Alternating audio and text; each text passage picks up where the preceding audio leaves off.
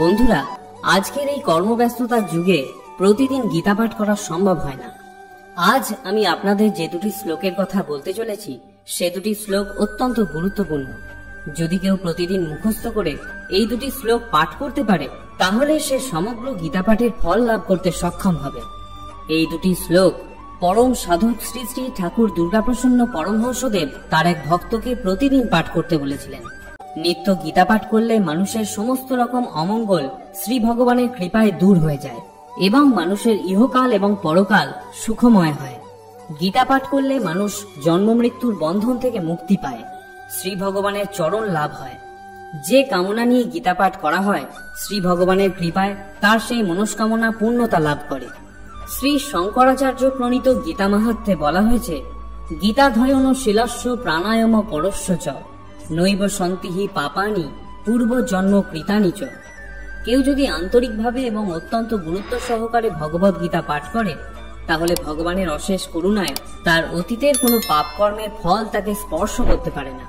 গীতা সুগীতা কর্তব্যা কিমন্বয় শাস্ত্র বিস্তরই যা স্বয়ং পদ্ম নাভস্য মুখপদ্মাৎ বিনিসৃতা। যেহেতু ভগবত গীতার বাণী স্বয়ং পুরুষোত্তম ভগবানের মুখনিসৃত বাণী, তাই এই গ্রন্থ পাঠ করলে আর কোনো বৈদিক সাহিত্য পড়বার দরকার হয় না। বর্তমান জগতে মানুষ নানা রকম কাজে এতই ব্যস্ত থাকে যে তাদের পক্ষে সমস্ত বৈদিক সাহিত্য পাঠ করা সম্ভব নয়, আর সমস্ত বৈদিক সাহিত্য পড়বার প্রয়োজনও নেই। এই একটি গ্রন্থ ভগবত গীতা পাঠ করলেই মানুষ সমস্ত বৈদিক জ্ঞানের সারমর্ম উপলব্ধি করতে পারে, কারণ ভগবত গীতা হল বেদেরই সার কথা এবং এই গীতা স্বয়ং ভগবানের মুখনিসৃত উপদেশ বাণী। শ্রী শ্রী ঠাকুর দুর্গাপ্রসন্ন পরমহংসদেব কথা প্রসঙ্গে একদিন তার শিষ্যকে ভগবত গীতার দুটি শ্লোক প্রতিদিন পাঠ করার কথা বলেন। একদিন কথা প্রসঙ্গে শ্রী শ্রী ঠাকুর পরমহংসদেব তার এক ভক্তকে বললেন, প্রত্যেক দিন একটুখানি করে গীতা পাঠ করিও। ঠাকুরের আদেশ পেয়ে সেই শিষ্যটি তার মনে দুর্বলতার কথা শ্রী শ্রী ঠাকুরের চরণে নিবেদন করল। সে বলল, বাবা, আমি গীতা পাঠ করি বটে, কিন্তু প্রতিদিন গীতা পাঠ করা সম্ভব হয় না। ঠাকুর তখন তার কারণ জিজ্ঞাসা করলেন। শিষ্যটি তখন বলল, বাবা, আমি কর্মসূত্রে অনেক সময় বাইরে থাকি, প্রতিদিন বাড়িতে ফেরা সম্ভব হয় না এবং সেই কারণের জন্য আমার প্রতিদিন গীতা পাঠ করাও সম্ভব হয় না। কয়েকটি শ্লোক আমি মুখস্থ করেছি, আমি চেষ্টা করি সেগুলোই পাঠ করতে। আপনি তো আমার কথা সবই জানেন। শ্রী শ্রী ঠাকুর তাকে বললেন, দুটো শ্লোক মুখস্থ করে নিও। যখন গীতার সঙ্গে থাকবে না তখন এই দুটি শ্লোক শুদ্ধ মনে উচ্চারণ করো।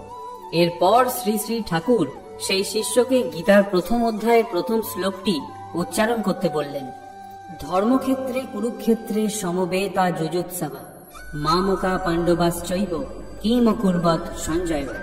তাহলে বন্ধুরা, প্রথমে আপনারা যে শ্লোকটি পাঠ করবেন সেটি হলো এই শ্লোকটি।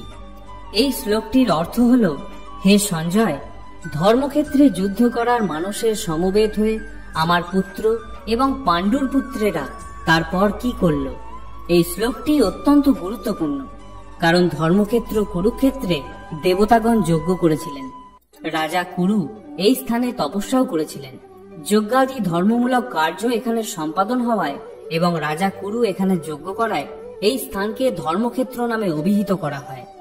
এই কুরুক্ষেত্র শুধুমাত্র একটা যুদ্ধভূমি নয়, একটি পবিত্র তীর্থস্থানও বটে এবং এই পবিত্র তীর্থভূমিতে সকলে সমবেত হয়েছে যুদ্ধ করার জন্য।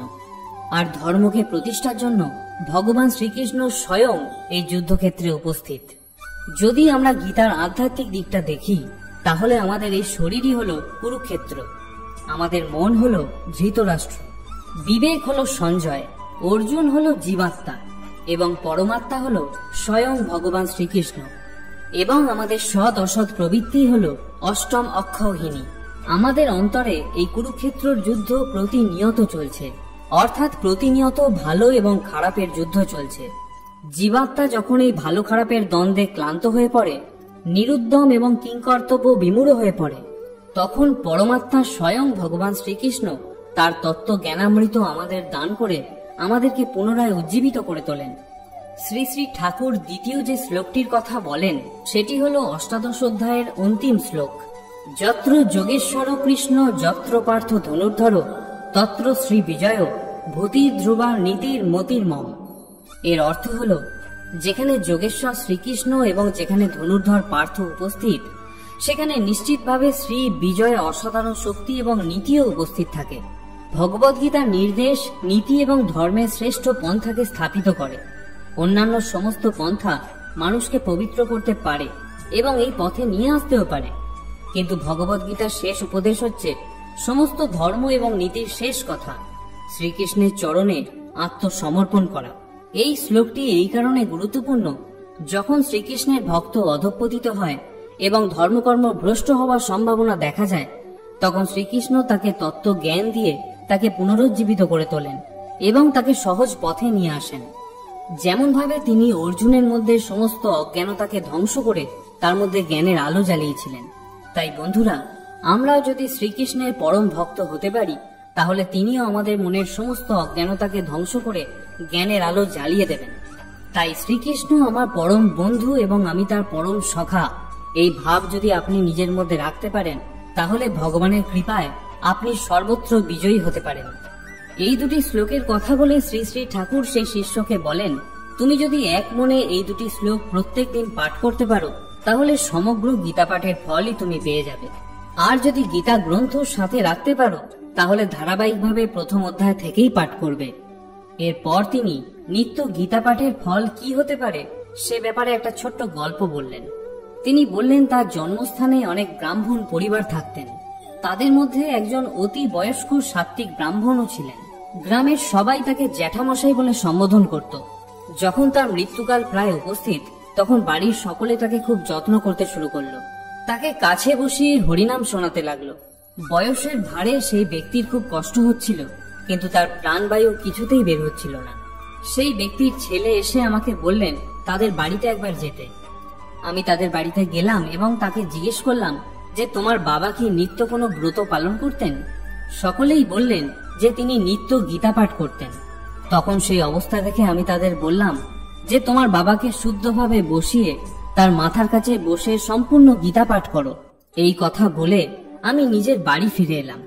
পরে খবর পাই যে সম্পূর্ণ গীতা পাঠ শেষ হবার পরেই তার বাবার প্রাণবায়ু বেরিয়ে গিয়েছিল। তাই তোমাকে বলছি, নিত্য গীতা পাঠের একটা ফল আছেই। তোমাদের যদি এই ভিডিওটা ভালো লাগে থাকে, তাহলে অবশ্যই একটা লাইক করে দাও। আর এইরকম ভিডিও পেতে গেলে আমাদের সাথে থাকো।